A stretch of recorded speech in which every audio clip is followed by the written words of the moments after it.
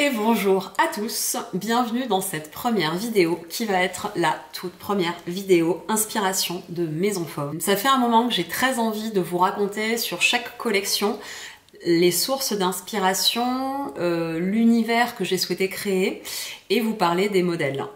Nous n'avons pas vraiment eu l'occasion de faire cet exercice-là sur les collections précédentes, donc je vous propose aujourd'hui de me rejoindre pour que l'on discute autour de la Movida Fauvista. Je vais aborder dans cette vidéo l'inspiration initiale de cette thématique et de la collection.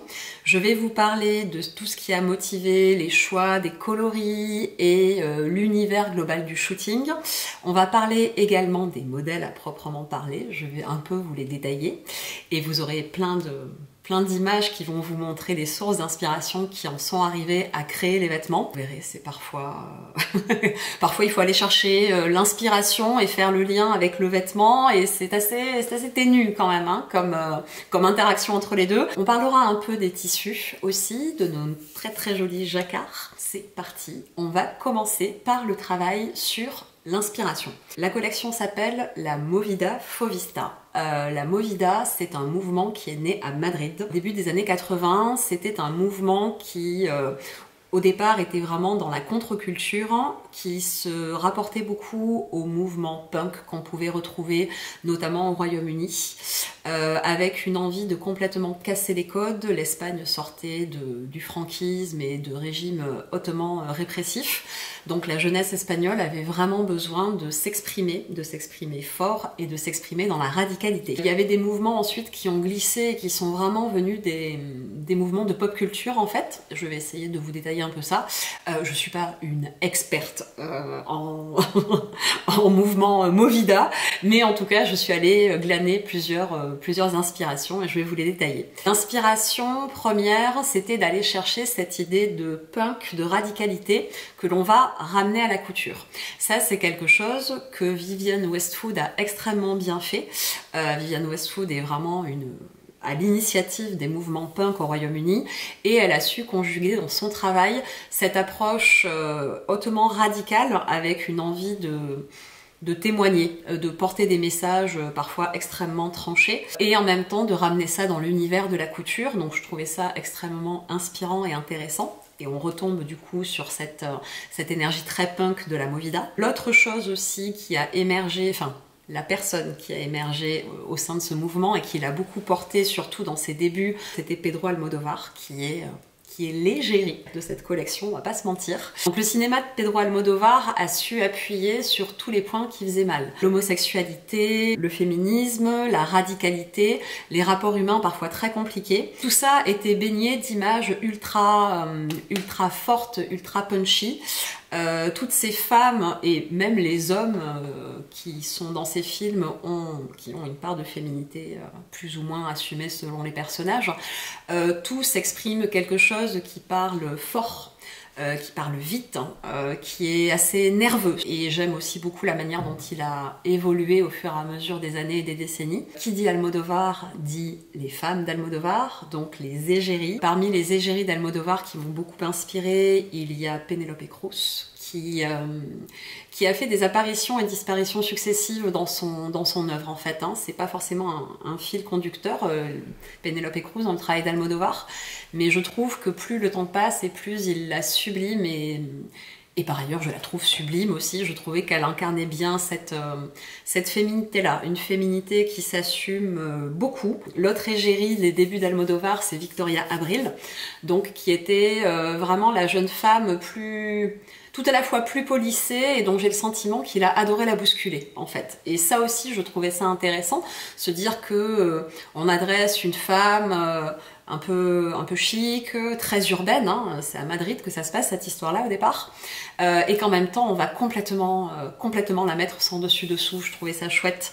La troisième qui là exprime complètement toute la folie et toute l'énergie, c'est Rossi de Palma. Donc on est face à une femme au physique qui est plus atypique. Hein. Quand on regarde Victoria Abril et Penélope Cruz, on est plus dans des standards de beauté classique. Rossi de Palma vient casser la baraque de tout ça, c'est quand même super intéressant. Elle a une personnalité et une énergie qui est incroyable. D'ailleurs, c'est pas pour rien qu'elle a inspiré beaucoup de créateurs de mode et qu'elle est très proche de l'univers de la mode, notamment avec Jean-Paul Gaultier, et qui a encore une autre manière d'aller chercher et d'exprimer une certaine féminité. Il y a une égérie quand même dont j'ai pas parlé, et que j'aime beaucoup, et qui incarne bien aussi, je trouve, cet univers. C'est Zoé Kravitz, qui pour moi est la quintessence du cool, et qui me renvoyait moi à l'univers que je voulais sur cette collection. C'était vraiment de se dire ok, tu portes un bustier, peut-être même dans un tissu encore plus précieux entre guillemets que ceux que je vous ai montrés pour les combinaisons Kika, et alors, enfin je veux dire, en quoi ça te pose là en dame forcément avec des pièces super apprêtées? Non, tu peux porter ça et être terriblement cool en combi Kika, ou en robe Pénélope, ou en ce que tu veux en fait. Cette capacité à ne pas se laisser dépasser par la tenue que l'on a finalement. C'est nous qui incarnons le vêtement, c'est pas le vêtement qui nous enferme dans une attitude.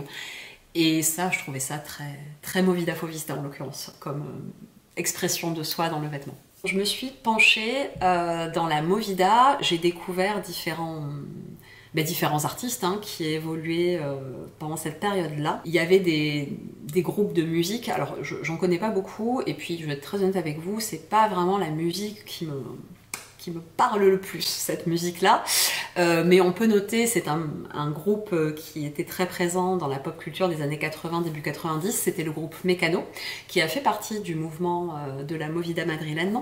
Et après, il y a une artiste, je reprends pour pas me tromper sur son prénom, c'est Ouka Lil, qui est une photographe. Alors là, par contre, j'ai complètement découvert son univers quand j'ai commencé à dérouler la pelote autour du mouvement de la Movida. Donc c'est une photographe qui fait des images qu'on va vous présenter là autour de moi, qui était vraiment la quintessence même de tout ce que je voulais aller chercher.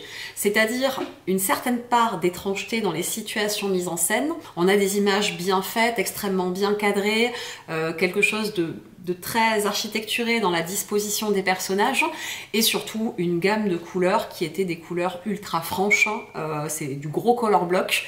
Je trouvais ça, ça m'a frappé en plein cœur quand j'ai fait ma recherche. J'ai fait mais c'est exactement ça en fait, l'énergie que je veux aller chercher pour cette collection-là. Ça nous amène au shooting en fait, à qu'est-ce que j'ai souhaité mettre en image avec Charlène, qui est la photographe qui nous accompagne depuis plusieurs collections. C'est toujours difficile d'organiser un shooting parce qu'il y a ce que j'ai dans la tête, la manière dont je suis capable de le restituer à tous les partenaires avec qui on travaille, que ce soit donc Charlène la photographe, mais aussi Florie la maquilleuse et Chloé la coiffeuse, qui sont les 3 personnes qui interviennent sur nos shooting collections. Il faut que j'arrive à extraire ce qui est là pour le poser sur papier avec des images que je vais glaner sur Pinterest ou dans des magazines ou parfois dans des livres. Là, en l'occurrence, c'était beaucoup sur Pinterest et dans des magazines. Ça, c'est la première étape en préparation de shooting. Et du coup, je leur fais des mood boards purement inspirationnels pour montrer un peu la féminité qu'on va aller chercher lors du shooting. L'avantage, c'est que ça va faire plusieurs collections qu'on travaille ensemble, donc on commence à se connaître un peu, elles savent un peu dans les univers dans lesquels je navigue, et moi-même, je sais le travail qu'elles peuvent me proposer. J'avais ultra envie de mise en beauté très forte quoi. Je voulais quelque chose qui se remarque et dont on se souvienne. On est allé chercher avec Florie des maquillages des yeux ultra graphiques et haut en couleur également. Si jamais vous regardez sur les images d'inspiration et après les images du shooting, vous allez voir qu'on est allé chercher ça. Ces liners très graphiques. Moi je trouve ça hyper beau. Si je me chauffais un peu, je pense que je pourrais sortir maquillée comme ça, mais je reconnais qu'au quotidien, c'est pas forcément la mise en beauté qui est la plus évidente à assumer. Mais pour des photos, en l'occurrence, je trouvais ça vraiment beau. Et contrairement à ce qu'on peut faire d'habitude, et à ce que j'aime moi à titre personnel, j'ai voulu qu'on calme un peu la bouche, qu'on mette vraiment le focus sur les yeux et le regard. Concernant les cheveux, le brief de Chloé, c'était de faire des coiffures punk, mais glamour. c'est pas, hein, on est d'accord que c'est pas ultra bien calé cette histoire. Mais du coup, je lui ai montré des images d'inspiration que vous allez voir également. Et c'était en gros de se dire, on va avoir un côté un peu plaqué, qui rappelle les côtés rasés des punks. Et d'un autre côté, au contraire, un volume beaucoup plus spectaculaire, du cheveu un peu fou, mais quand même un peu travaillé, c'est-à-dire avec de la laque, des ondulations, quelque chose de sophistiqué. En gros, le rasé sophistiqué. C'est pas forcément exactement le résultat qu'on a obtenu, parce que c'était pas possible en fait, on n'allait pas tous se faire raser les mi-crânes, mais je trouve qu'on a quand même vraiment sur toutes les coiffures qu'on a pu proposer, on retrouve cette idée là en fait de dissymétrie, voilà ça le mot, dissymétrie, de dissymétrie de la coiffure. Et du coup ça permet d'aller chercher différentes attitudes finalement. Et là, je vais en arriver au travail de Charlène, qui est un peu la chef d'orchestre de tout ça. C'est que pour Charlène, c'est très difficile parce que je lui figure, là en l'occurrence pour cette collection en plus, des univers ultra colorés, avec quand on regarde dans les images d'inspiration ou dans les films d'Almodovar, on a quand même une décoration qui ça pique un peu quoi. Hein. On n'avait pas une maison typiquement espagnole à notre disposition. On a été très gentiment accueillis par les gens du château de Malmont. Donc là, on est dans une très belle demeure, très française, très classique, mais classique jolie, hein, classique typique un peu déco sud de la France, un peu bourgeois. Donc le challenge pour Charlène, c'était de faire en sorte qu'on se croie dans un film d'Almodovar, dans une baraque à côté de Clermont-Lérault. C'était pas facile. Mais on a trouvé ça amusant de se dire, justement, les Madrilènes, elles se sont paumées dans l'arrière-pays. Et je trouve que le résultat est assez sympa. En plus, on a réussi à trouver des papiers peints ou des canapés, des revêtements de meubles, des tissus qui tranchaient assez. Et moi, je trouve que le résultat est finalement assez proche de ce que j'avais dans la tête. Ce qui est toujours un peu le challenge, en fait. C'est avoir une image dans la tête, être capable de l'écraser un peu pour laisser la place aux univers créatifs des autres, en l'occurrence la photographe, la maquilleuse, la coiffeuse, mais également les personnes qui posent, qui elles-mêmes, bien que je les briefe sur ce que je vais chercher, ont leur propre proposition. Personne n'est mannequin en fait dans cette équipe. Donc ce ne sont pas des femmes dont c'est le métier de poser et de complètement incarner un univers. Là, il faut que moi aussi je m'adapte à la proposition qu'elles vont faire au niveau des images. Et puis tout ce gloubi-boulga donne le résultat qu'on a obtenu, la Movida Fauvista. Voilà. On va passer maintenant à la présentation des modèles. Donc, la collection comporte différents patrons. On a tout d'abord Kika. Kika, c'était le modèle ultra féminin de cette collection, mais dans cette idée de féminité qui bouscule un peu, hein, la féminité qui s'assume, vraiment le truc, on a envie de se découvrir un peu, on a envie d'être féminine en portant un bustier, quelque chose de, oui, je reconnais vraiment très assumé. Quand même des points techniques qui sont un petit peu poussés. Donc déjà, il y a le corsage, la partie bustier du vêtement, où on a une bande en incrustation qui n'est pas évidente à coudre, hein, mais dont le résultat est quand même très beau. Attendez, je vais vous montrer sur le vêtement. C'est la version robe. Moi, je porte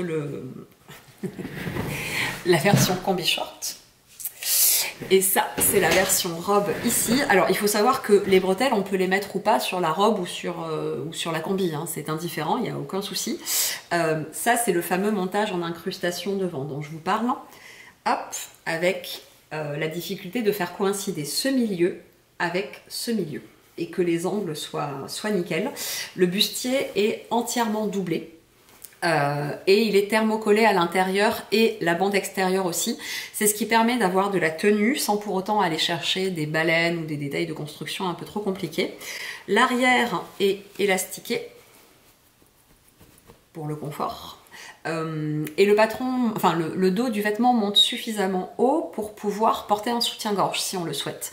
Et si on veut en plus porter un soutien-gorge avec des bretelles, il suffit d'ajuster au moment de l'assemblage ces bretelles-là et on se retrouve avec la bretelle de soutien-gorge qui est complètement dissimulée. Donc ça c'est Kika. Et quand on regarde sur la partie short ici, alors on le voit quand même un peu hein, sur mon dessin là, on a un pli en incrustation qui est cousu et qui va finalement, cet angle va répondre à l'angle qu'on retrouve ici.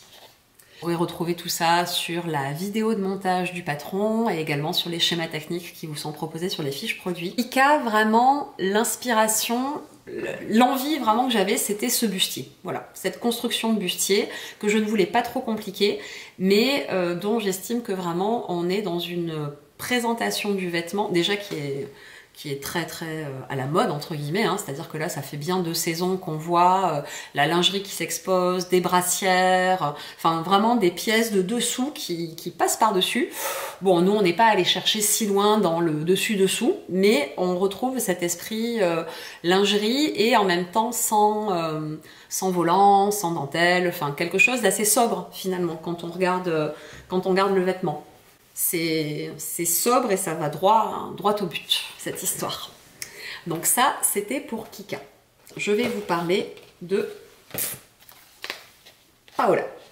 Paola, c'est le modèle ultra... Enfin, moi, je l'appelle la robe bain de soleil. Parce que vraiment, quand on l'enfile, on est prête pour aller profiter du bord de mer, des soirées chaudes d'été, on est très confortable. On regarde le modèle, donc on a un décolleté dos qui est assez profond, donc je le rappelle, on ne pourra pas porter Paola avec un soutien-gorge si on ne veut pas qu'on voit le soutien-gorge. Même un soutien-gorge sans bretelles, le dos, le décolleté dos sera trop profond.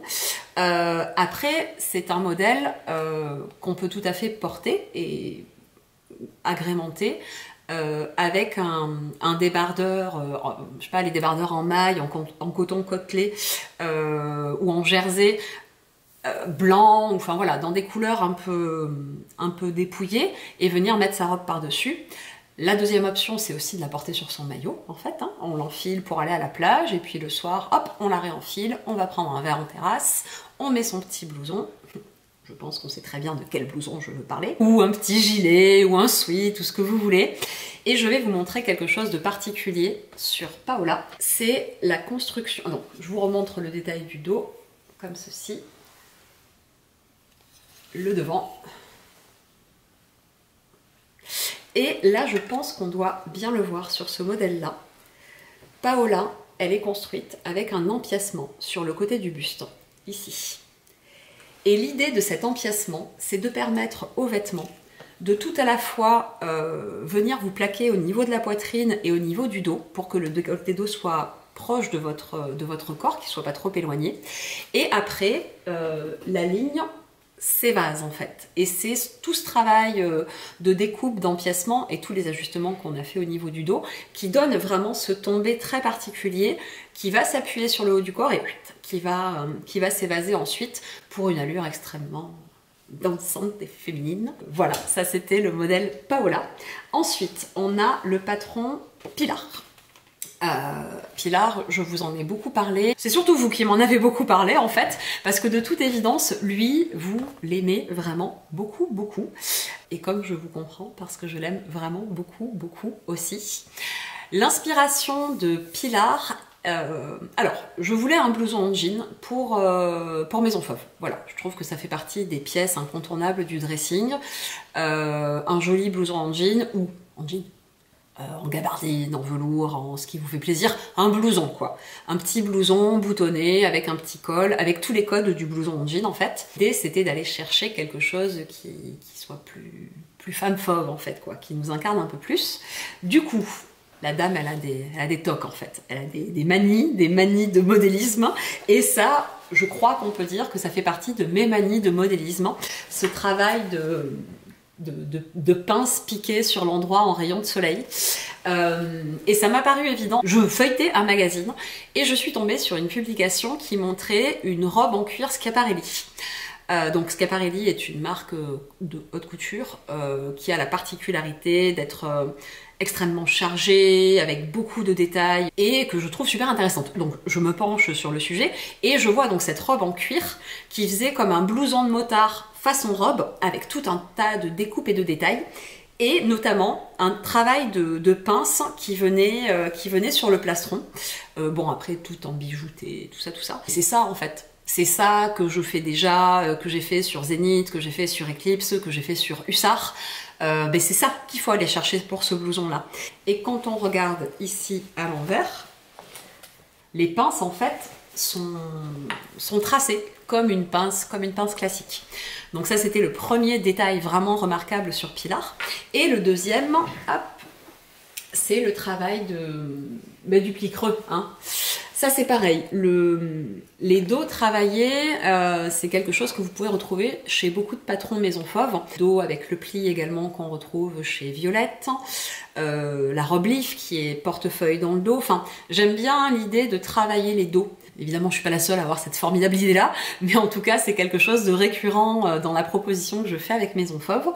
Mais sachez que ce dos qui a le pli creux, peut également être plein. Il y a les 2 pièces de patron. Et d'ailleurs, je vous le montrerai après sur les autres réalisations des blousons que j'ai fait avec nos jacquards. Je voulais vraiment laisser s'exprimer les motifs des tissus. Donc j'ai choisi la version dos plein. Et quand on a fait le salon à Montpellier, plusieurs personnes m'ont demandé est-ce que ce pli creux amène beaucoup d'aisance ? Très honnêtement, je pense pas qu'il amène une aisance vraiment importante au modèle parce qu'il est donc déjà il est piqué en haut, les plis sont immobilisés en bas. Ici, le pli lui-même est piqué et on vous dit même à l'intérieur comment venir le stabiliser un peu dans le tutoriel vidéo. Hop. Je vous montre également la grandeur du pli à l'intérieur du blouson. Voilà. Donc on n'est pas sur une aisance qui va varier entre les deux versions du dos. Ensuite, l'autre patron que je vais vous présenter, c'est la robe Pénélope. Pénélope, c'est un modèle qui répond à une demande qu'on a identifiée quand on vous avait rencontré au CSF en fait cet hiver. De toute évidence, vous aimez beaucoup les robes portefeuille. Et nous, dans les collections Maison Fauve, les robes portefeuille qu'on pouvait vous proposer, c'était l'IF avec le portefeuille qui croise dans le dos et qui croise pas devant. Et c'était la robe Tamara. Mais la robe Tamara n'existe qu'au format PDF. Je me suis dit, bon, les couturières aiment les robes portefeuille, réfléchissons à une robe portefeuille. Et réfléchissons à une robe portefeuille qui quand même rentre dans l'univers de collection qu'on veut défendre et qui soit un peu remarquable, tant qu'à y être qu'elle est un petit quelque chose que les autres n'auraient pas. Voilà. Donc du coup, ce qu'on est allé chercher, je sais pas, je dis on a l'impression qu'on est 50, un bureau de style incroyable chez Maison Fauve. Bon, ce que je suis allée chercher, c'est le fait que les croisures soient pas identiques entre le buste et la jupe. Quand vous regardez Pénélope, la croisure du buste se fait comme un chemisier, en fait, ici, sur le milieu devant. Et après, par contre, la jupe, elle, est une vraie jupe portefeuille classique. À titre indicatif, vous voyez là, le portefeuille, il croise dessus très loin. Bon, mais il va aussi croiser dessous aussi loin. Pour toutes celles qui se poseraient la question de s'il y a un brin d'air ou que je cours en Pénélope dans la rue, est-ce qu'on finit par voir ma culotte ? A priori, si vous ne faites pas la roue, cela n'arrivera pas. L'autre détail qu'on remarque également sur Pénélope, les détails plissés, je vais vous montrer sur le vêtement. Donc, hop, elle est comme ceci. Là, on retrouve, ce sont des plis couchés en fait, qui sont montés au niveau de l'épaule. Je vais vous montrer quelque chose aussi. Vous voyez, il y a une soupate ici, qui permet quand on vient accrocher sa robe avec les petits kikis là, les petites brides, d'éviter quand on se penche ou quand on bouge qu'on voit votre peau et du coup d'être un peu toute nue sous sa robe. Mais l'autre avantage que ça a, c'est que si jamais vous ne voulez pas faire ces petites brides, que vous voulez directement réaliser des boutonnières sur le buste, c'est tout à fait possible parce que vous pourrez du coup venir monter vos boutons au niveau de la patte. Autre très joli détail de Pénélope, c'est donc ces manches. On est sur des manches qui sont avec une tête de manche froncée, donc c'est un peu bouffant. Là, vous voyez, on est sur une popeline de coton et on voit que la manche se tient bien, ça fait un joli volume.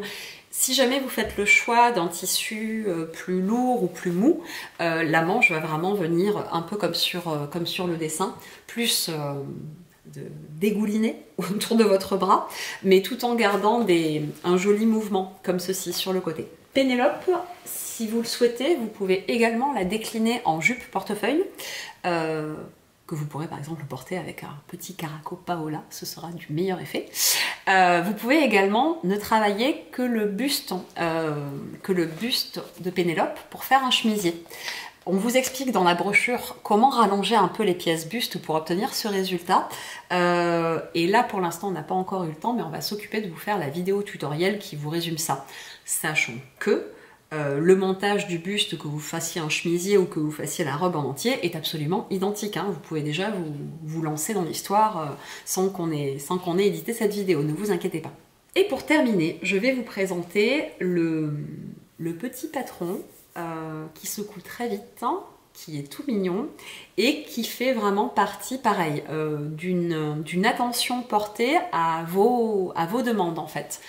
Là, toute la collection comporte des pièces plus ou moins compliquées en termes de niveau de couture, plus ou moins travaillées en termes de détails. Je pensais qu'il était important également de proposer dans cette collection un patron qui soit accessible aux couturières les plus novices. Du coup, c'est Marissa. C'est un petit top, je vais vous la montrer d'abord comme ça, avec une fente devant qui est en fait cousue dans la... Il y a une couture milieu devant, donc cette fente se fait à partir de cette couture milieu devant. On a un biais qui vient se poser sur le tour de l'encolure et on a un pli creux dans le dos. Je vous montre le vêtement. Le devant est comme ceci, donc vous retrouvez la fameuse fente et vous avez le pli creux dans le dos qui est comme ceci, que vous pouvez ou pas agrémenter de petits boutons comme c'est présenté sur le dessin ici. Ça c'est pareil, hein, c'est des détails de finition qui sont détaillés sur la planche, détaillés sur la brochure et bien évidemment également détaillés dans la vidéo.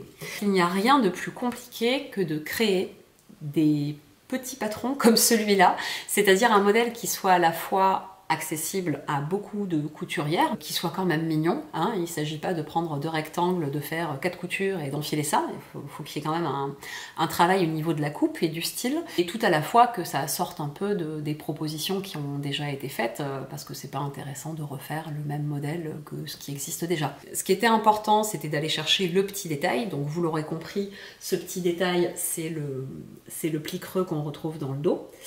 Et pour autant, la ligne du vêtement n'est pas altérée.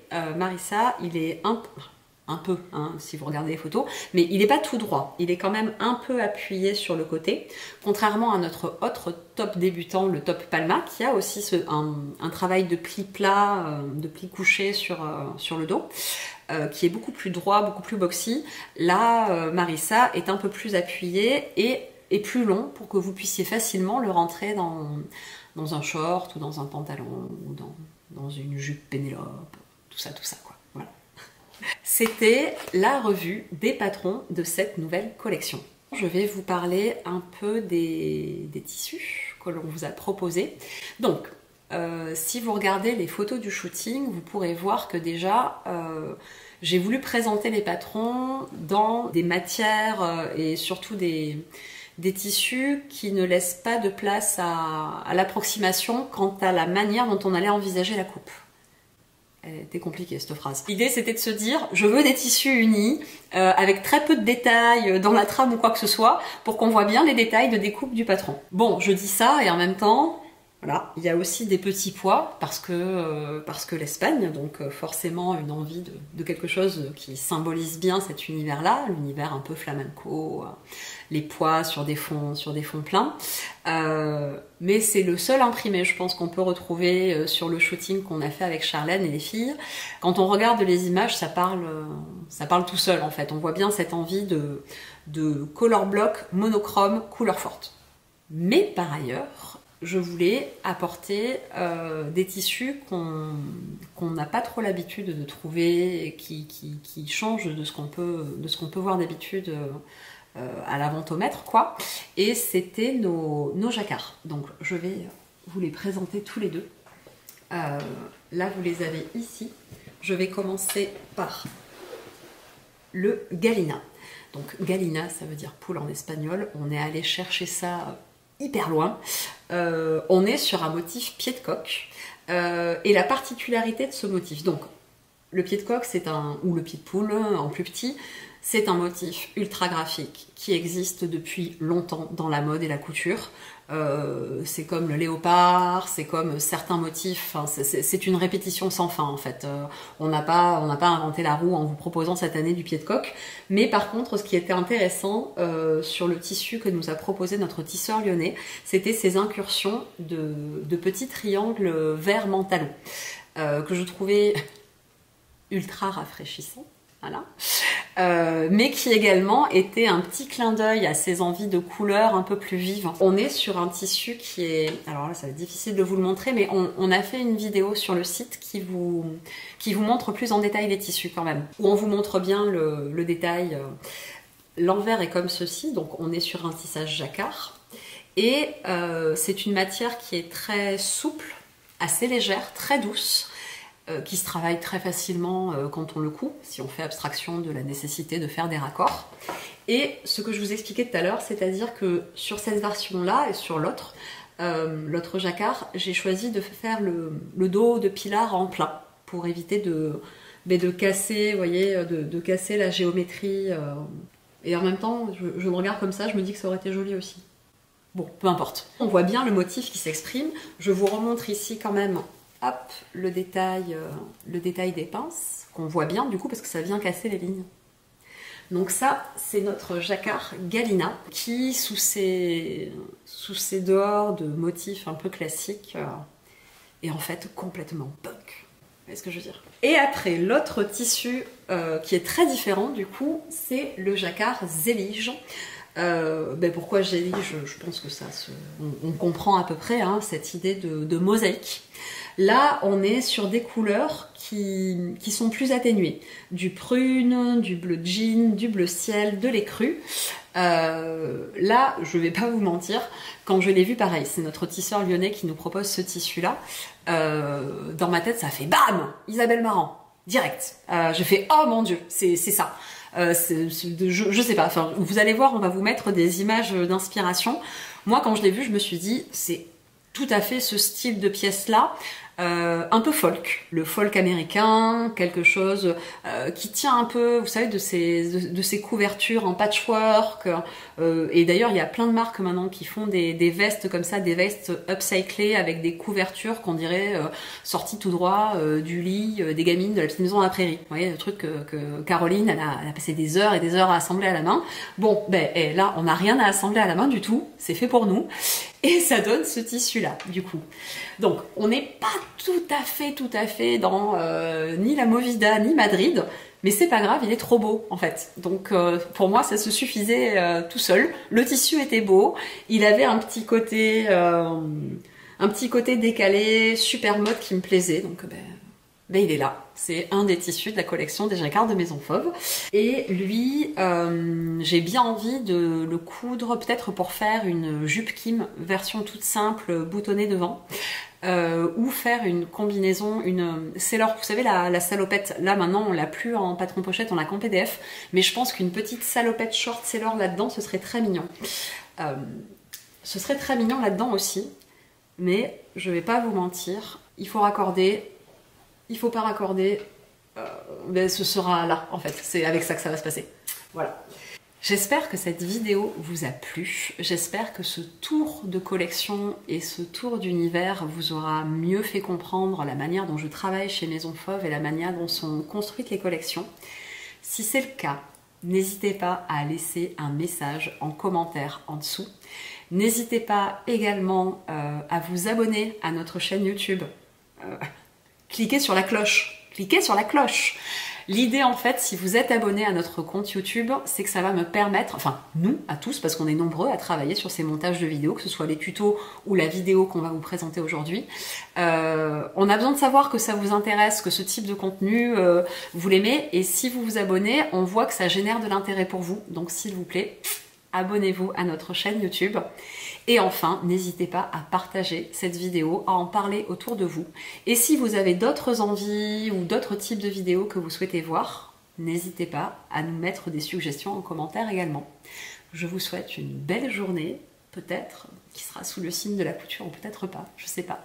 Et je vous dis à très bientôt. Merci beaucoup.